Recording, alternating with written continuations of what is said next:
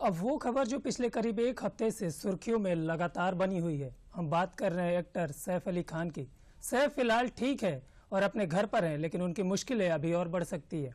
हालांकि ये मामला सैफ पर हुए जानलेवा हमले से जुड़ा नहीं है, बल्कि ये मामला उनकी संपत्ति को लेकर है। पटौदी फैमिली की संपत्ति सरकार कर सकती है जब्त।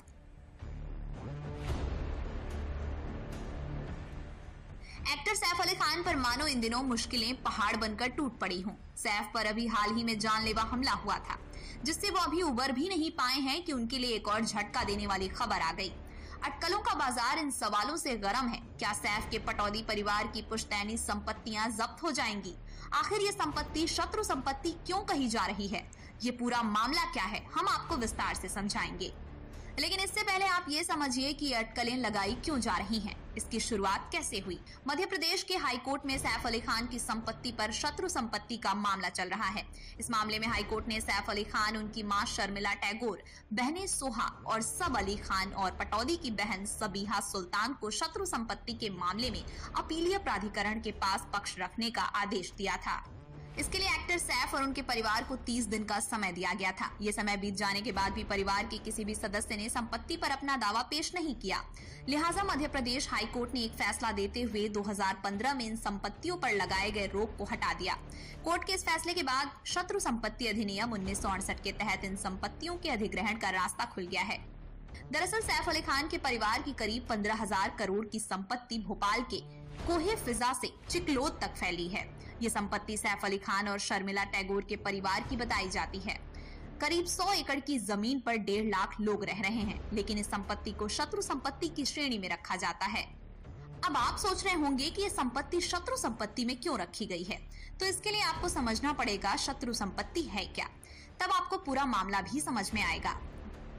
भारत पाकिस्तान विभाजन या भारत चीन युद्ध के बाद जिन लोगों ने भारतीय नागरिकता छोड़ दी थी, उन लोगों की संपत्ति को शत्रु संपत्ति में गिनी जाती है।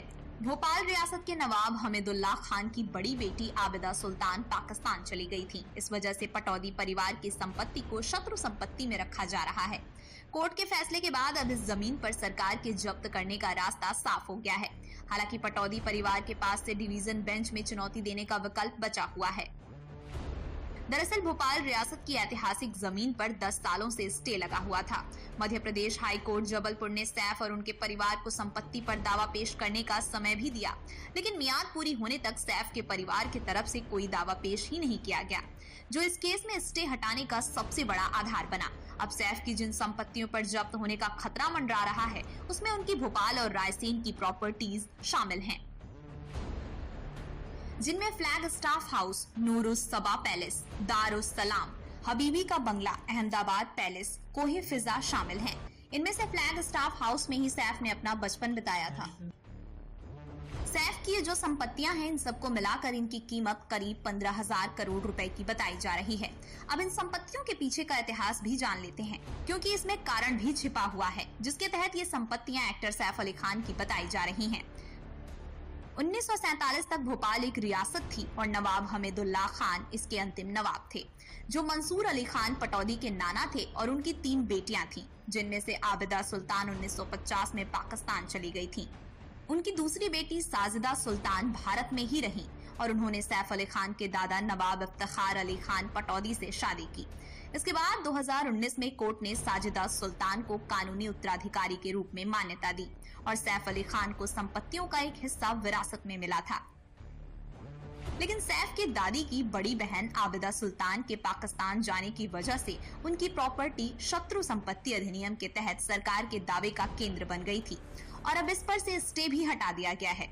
फिलहाल सैफ की इन संपत्तियों पर सरकार का कब्जा होगा या नहीं, ये तो आने वाला वक्त ही बताएगा।